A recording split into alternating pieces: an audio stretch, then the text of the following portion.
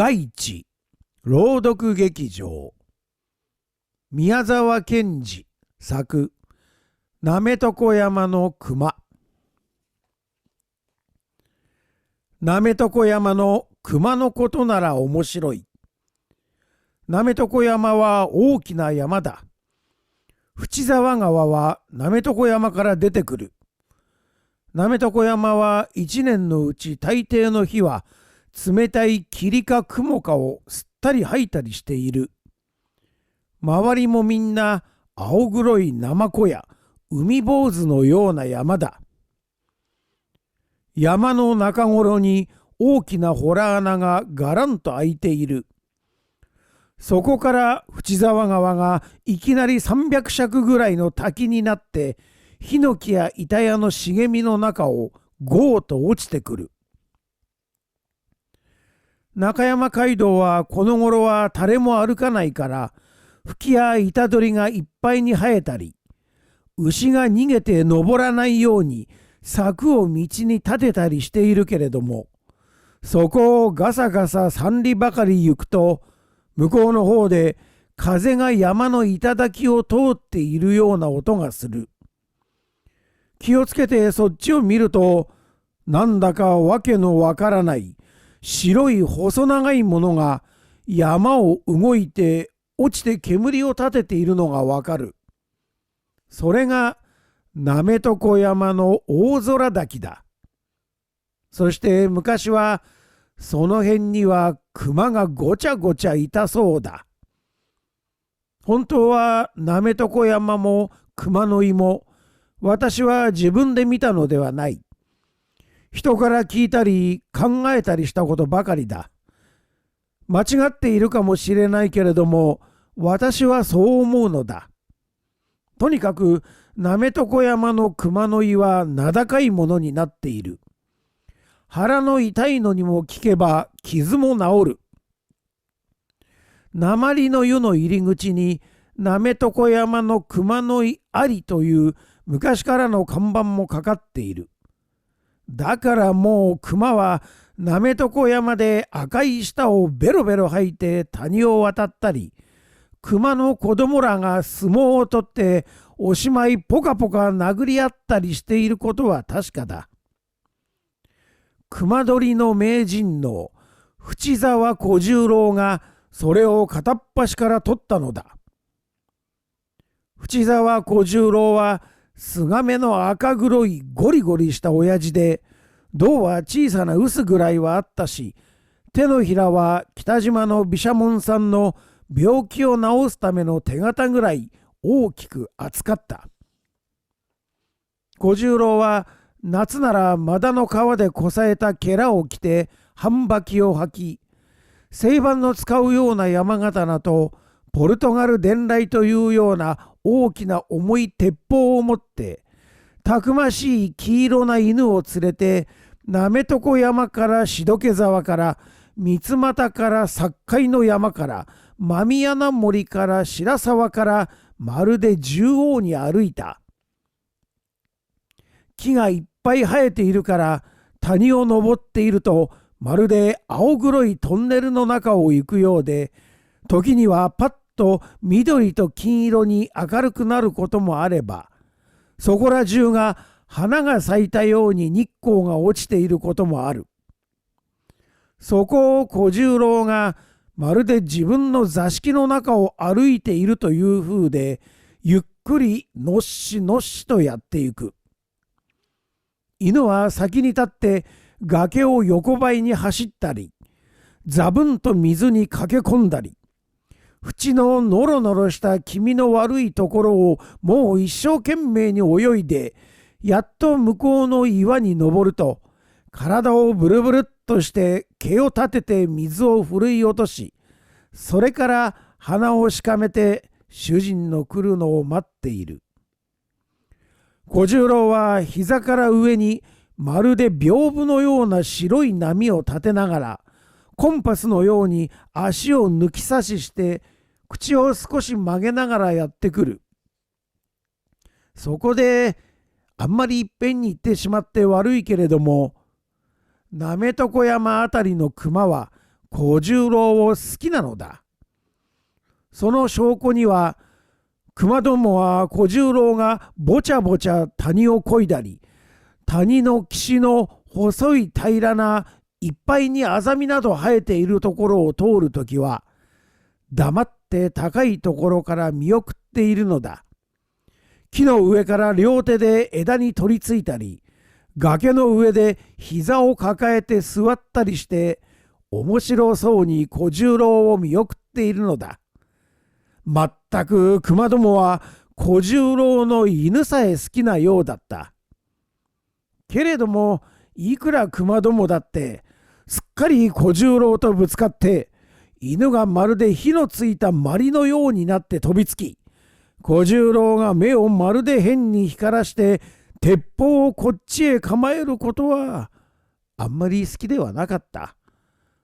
その時は大抵の熊は迷惑そうに手を振って、そんなことをされるのを断った。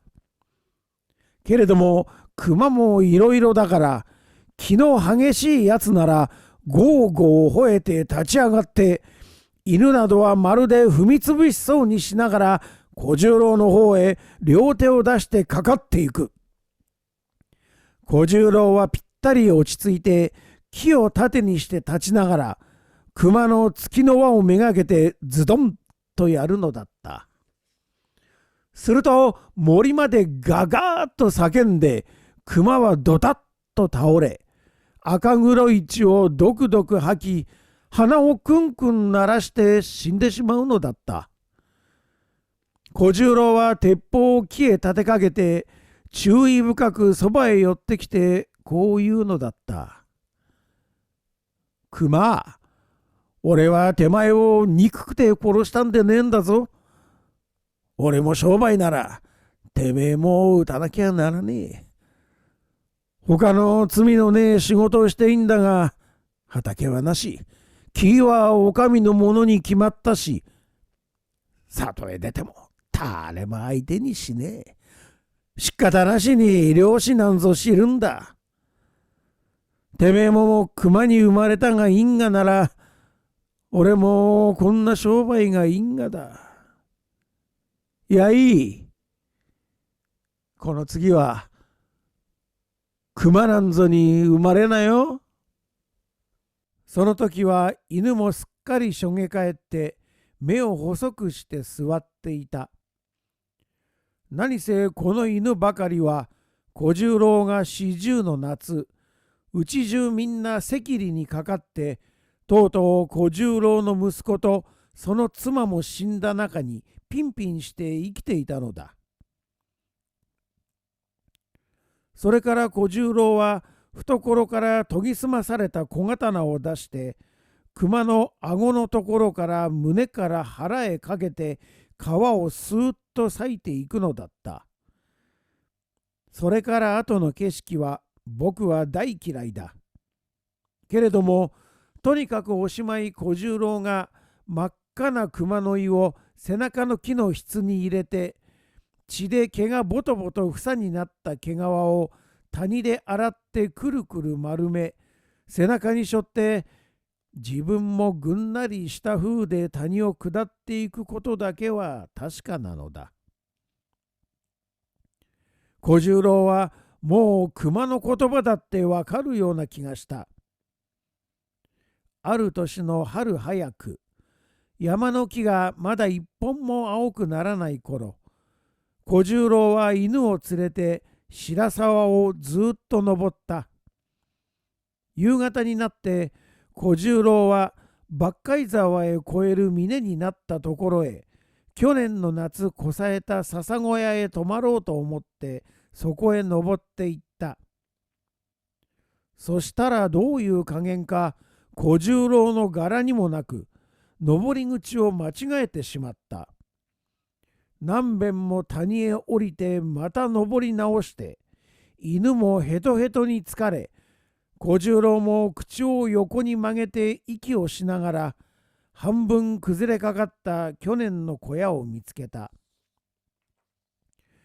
小十郎がすぐ下に湧き水のあったのを思い出して、少し山を降りかけたら、驚いたことは、母親とやっと1歳になるかならないような子熊と2匹、ちょうど人が額に手を当てて遠くを眺めるといったふうに、淡い6日の月光の中を向こうの谷をしげしげ見つめているのにあった。小十郎はまるでその2匹の熊の体から5光が差すように思えて、まるで釘付けになったように立ち止まってそっちを見つめていた。すると子熊が甘えるように言ったのだ。どうしても雪だよ。おっかさん、谷のこっち側だけ白くなっているんだもの。どうしても雪だよ、おっかさん。すると母親の熊はまだしげしげ見つめていたが、やっと言った。雪でないよ。あそこへだけ降るはずないんだもの。子熊はまた言った。だから溶けないで残ったのでしょ。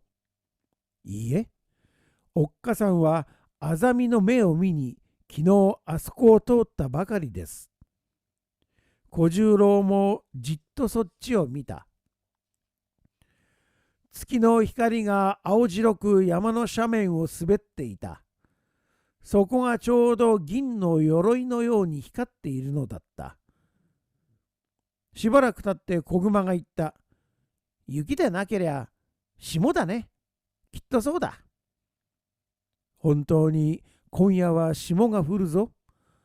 お月様の近くでコキエもあんなに青く震えているし、第一お月様の色だってまるで氷のようだ。小十郎が一人で思った。お母様は分かったよ。あれね、引き桜の花。なんだ、引き桜の花だい。僕知ってるよ。いいえ、お前まだ見たことありません。知ってるよ。僕この前取ってきたもの。いいえ、あれ引き桜でありません。お前取ってきたのキササゲの花でしょ。そうだろうか。子熊はとぼけたように答えました。小十郎はなぜかもう胸がいっぱいになって、もういっぺん向こうの谷の白い雪のような花と余念なく月光を浴びて立っている母子の熊をちらっと見て、それから音を立てないようにこっそりこっそり戻り始めた。風があっちへ行くな行くなと思いながら、そろそろと小十郎は後ずさりした。黒文字の木の匂いが月の明かりと一緒にスーッとさした。ところがこの豪儀な小十郎が町へ熊の皮と肝を売りに行く時の惨めさといったら全く気の毒だった。町の中ほどに大きな荒物屋があって、ざるだの砂糖だの砥石だの金天狗やカメレオン印のタバコだの、それからガラスのハエ取りまで並べていたのだ。小十郎が山のように毛皮を背負ってそこの敷居を一足またぐと、店ではまた来たかというようにうすら笑っているのだった。店の次の間に大きな空金の火鉢を出して主人がどっかり座っていた。旦那さん、先頃はどうもありがとうござんした。あの山では主のような小十郎は毛皮の荷物を横に下ろして丁寧に敷板に手をついて言うのだった。はあ、どうも。今日は何のご用です？熊の皮また少し持ってきたます。熊の皮か。この前のもまだあのまましまってあるし、今日は満ついます。旦那さん、そう言わねえでどうか買ってくんなさい。安くても言います。なんぼ安くてもいらないます。主人は落ち着き払ってキセルを淡々と手のひらへ叩くのだ。あの豪儀な山の中の主の小十郎はこう言われるたびにもうまるで心配そうに顔をしかめた。何せ小十郎のところでは山には栗があったし、後ろのまるで少しの畑からは冷えが取れるのではあったが、米などは少しもできず、味噌もなかったから、90になる年寄りと子供ばかり7人家内に持っていく米はごくわずかずつでもいったのだ。里の方のものなら朝も作ったけれども、小十郎のとこではわずか藤鶴で編む入れ物のほかに布にするようなものは何にもできなかったのだ。小十郎はしばらく経ってからまるでしわがれたような声で言ったもんだ。旦那さん、お願いだます。どうかなんぼでもいいはんて買ってくんない。小十郎はそう言いながら改めてお辞儀さえもしたもんだ。主人は黙ってしばらく煙を吐いてから顔の少しでニカニカ笑うのをそっと隠して言ったもんだ。言います。おいでおでれ。じゃあ平助、小十郎さんに2円あげろじゃ。店の平助が大きな銀貨をしまい小十郎の前へ座って出した。小十郎はそれを押し叩くようにしてニカニカしながら受け取った。それから主人は今度はだんだん機嫌がよくなる。じゃあおきの小十郎さんさ、いっぱいあげろ。小十郎はこの頃はもう嬉しくてワクワクしている。主人はゆっくりいろいろ話す。小十郎はかしこまって山の模様や何か申し上げている。まもなく台所の方からお膳ができたと知らせる。小十郎は半分辞退するけれども、結局台所のところへ引っ張られてってまた丁寧な挨拶をしている。まもなく塩引きの鮭の刺身やイカの切り込みなどと酒が一本黒い小さな膳に乗ってくる。小十郎はちゃんとかしこまってそこへ腰掛けてイカの切り込みを手の甲に乗せてペロリと舐めたり、うやうやしく黄色な酒を小さなチョコについだりしている。いくら物価の安い時だって熊の毛皮2枚で2円はあんまり安いと誰でも思う。実に安いし、あんまり安いことは小十郎でも知っている。けれどもどうして小十郎はそんな町の荒物屋なんかではなしに他の人へどしどし売れないか。それはなぜか大抵の人にはわからない。けれども日本では狐犬というものもあって、狐は猟師に負け、猟師は旦那に負けると決まっている。ここでは熊は小十郎にやられ、小十郎が旦那にやられる。旦那は町のみんなの中にいるからなかなか熊に食われない。けれどもこんな嫌なずるいやつらは世界がだんだん進歩すると一人で消えてなくなっていく。僕はしばらくの間でもあんな立派な小十郎が二度と面も見たくないような嫌なやつにうまくやられることを書いたのが実に尺に触ってたまらない。こんな風だったから小十郎は熊どもは殺してはいても決してそれを憎んではいなかったのだ。ところがある年の夏、こんなようなおかしなことが起こったのだ。小十郎が谷をバチャバチャ渡って一つの岩に登ったら、いきなりすぐ前の木に大きな熊が猫のように背中を丸くしてよじ登っているのを見た。小十郎はすぐ鉄砲を突きつけた。犬はもう大喜びで木の下に行って木の周りを激しくはせめぐった。すると木の上の熊はしばらくの間降りて小十郎に飛びかかろうか、そのまま撃たれてやろうか思案しているらしかったが、いきなり両手を木から離してどたりと落ちてきたのだ。小十郎は油断なく銃を構えて撃つばかりにして近寄っていったら、熊は両手を上げて叫んだ。お前は何が欲しくて俺を殺すんだ。ああ、俺はお前の毛皮と着物ほかには何にもいらない。それも町へ行ってひどく高く売れるというのではないし、本当に気の毒だけれども、やっぱり仕方ない。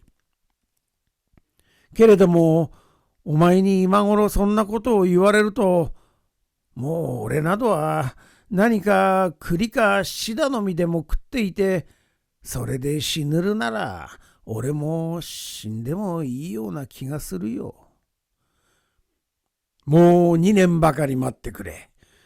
俺も死ぬのはもう構わないようなもんだけれども、少しし残した仕事もあるし、ただ2年だけ待ってくれ。2年目には俺もお前の家の前でちゃんと死んでいてやるから。毛皮も胃袋もやってしまうから。小十郎は変な気がしてじっと考えて立ってしまいました。熊はその暇に足裏を全体地面につけてごくゆっくりと歩き出した。小十郎はやっぱりぼんやり立っていた。熊はもう小十郎がいきなり後ろから鉄砲を撃ったり決してしないことがよくわかっているというふうで、後ろも見ないでゆっくりゆっくり歩いていった。そしてその広い赤黒い背中が木の枝の間から落ちた日光にちらっと光ったとき、小十郎はうっと切なそうにうなって谷を渡って帰り始めた。それからちょうど2年目だったが、ある朝小十郎があんまり風が激しくて木も垣根も倒れたろうと思って外へ出たら、ヒノキの垣根はいつものように変わりなく、その下のところに終始見たことのある赤黒いものが横になっているのでした。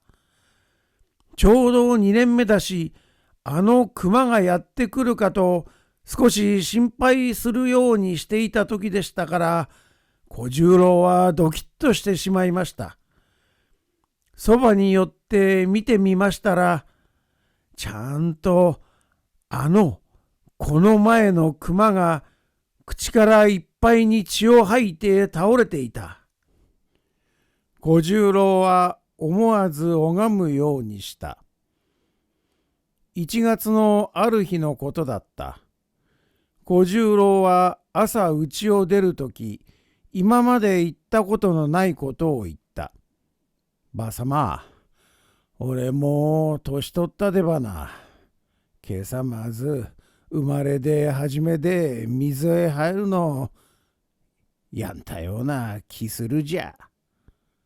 すると縁側の日向で糸を紡いでいた90になる小十郎の母は、その見えないような目を上げてちょっと小十郎を見て、何か笑うか泣くかするような顔つきをした。小十郎はわらじを祝えてうんとこさと立ち上がって出かけた。子供らはかわるがわる馬屋の前から顔を出して「じいさん早くお出や」と言って笑った。小十郎は真っ青なつるつるした空を見上げて、それから孫たちの方を向いて「行ってくるじゃい」と言った。小十郎は真っ白な片雪の上を白沢の方へ登っていった。犬はもう息をはあはあし、赤い舌を出しながら走っては止まり走っては止まりしていった。間もなく小十郎の影は丘の向こうへ沈んで見えなくなってしまい、子供らは冷えの藁で藤突きをして遊んだ。小十郎は白沢の岸を登っていった。水は真っ青に縁になったり、ガラス板を敷いたように凍ったり、つららが何本も何本も数珠のようになってかかったり、そして両岸からは赤と黄色の真由美の実が花が咲いたように覗いたりした。小十郎は自分と犬との影帽子がちらちら光り、カバの幹の影と一緒に雪にかっきり藍色の影になって動くのを見ながら登っていった。白沢から峰を一つ越えたとこに一匹の大きなやつが住んでいたのを夏のうちに訪ねておいたのだ。小十郎は谷に入ってくる小さな支流を5つ越えて何遍も何遍も右から左、左から右へ水を渡って登っていった。そこに小さな滝があった。小十郎はその滝のすぐ下から長根の方へかけて登り始めた。雪はあんまりまばゆくて燃えているくらい。小十郎は目がすっかり紫の眼鏡をかけたような気がして登っていった。犬はやっぱりそんな崖でも負けないというように、たびたび滑りそうになりながら雪にかじりついて登ったのだ。やっと崖を登りきったら、そこはまばらに栗の木の生えたごくゆるい斜面の平らで、雪はまるで寒水石というふうにギラギラ光っていたし、周りをずっと高い雪の峰がニョキニョキ突っ立っていた。小十郎がその頂上で休んでいた時だ。いきなり犬が火がついたように吠え出した。小十郎がびっくりして後ろを見たら、夏に目をつけておいた大きな熊が両足で立ってこっちへかかってきたのだ。小十郎は落ち着いて足を踏ん張って鉄砲を構えた。熊は棒のような両手をびっこに上げてまっすぐに走ってきた。さすがの小十郎もちょっと顔色を変えた。ピシャッというように鉄砲の音が小十郎に聞こえた。ところが熊は少しも倒れないで嵐のように黒く揺らいでやってきたようだった。犬がその足元に噛みついたと思うと、小十郎はガーンと頭が鳴って周りが一面真っ青になった。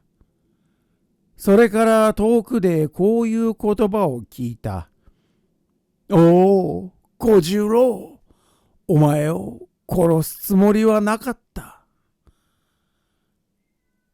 もう俺は死んだんだと小十郎は思った。そしてちらちらちらちら青い星のような光がそこら一面に見えた。これが死んだ印だ。死ぬとき見る火だ。熊ども、許せよ。と小十郎は思った。それから後の小十郎の心持ちはもう私にはわからない。とにかくそれから3日目の晩だった。まるで氷の玉のような月が空にかかっていた。雪は青白く明るく、水は輪光を上げた。スバルや真の星が緑や橙にチラチラして呼吸をするように見えた。その栗の木と白い雪の峰々に囲まれた山の上の平らに黒い大きなものがたくさん輪になって集まって、おのおの黒い影を置き、ふいふい京都の祈る時のようにじっと雪にひれ伏したまま、いつまでもいつまでも動かなかった。そしてその雪と月の明かりで見ると、一番高いところに小十郎の死骸が半分座ったようになって置かれていた。思いなしか、その死んで凍えてしまった小十郎の顔は、まるで生きている時のようにさえざえして、何か笑っているようにさえ見えたのだ。